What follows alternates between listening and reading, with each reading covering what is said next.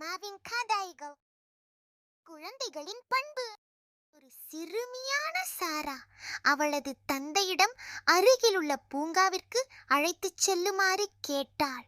வழியிலே அவள் கடலை மிட்டாய் வாங்க வேண்டும் என கேட்டாள். தந்தை அவளுக்கு அதை வாங்கித் தந்தார். அவர்கள் பூங்காவுக்கு சென்றடைந்து சாரா தனது தந்தையின் அருகில் மகிழ்ச்சியாக விளையாடினாள். அப்போது தந்தைக்கு ஒரு தொலைபேசி அழைப்பு வந்தது. அவர் மொபைலில் பேசிக் கொண்டிருந்தார். பேசிக் கொண்டிருக்கும்போது சாரா தனது வயதுக்கு சமமான இன்னொரு சிறுமியுடன் பேசி ஏதோ கொடுப்பதை கவனித்தார்.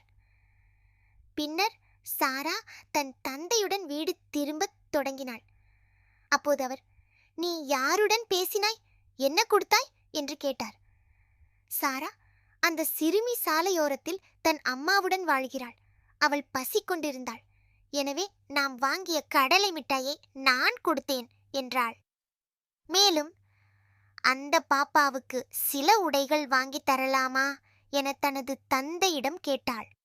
இதை கேட்ட தந்தை பெருமையுடன் மகிழ்ந்தார். கதை நெறி.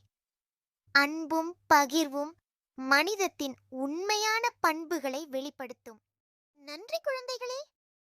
நம்ம சேனலுக்கு லைக் பண்ணுங்க, கமெண்ட் பண்ணுங்க, பெல் பட்டனை அழுத்துங்க, சப்ஸ்கிரைப் பண்ணுங்க.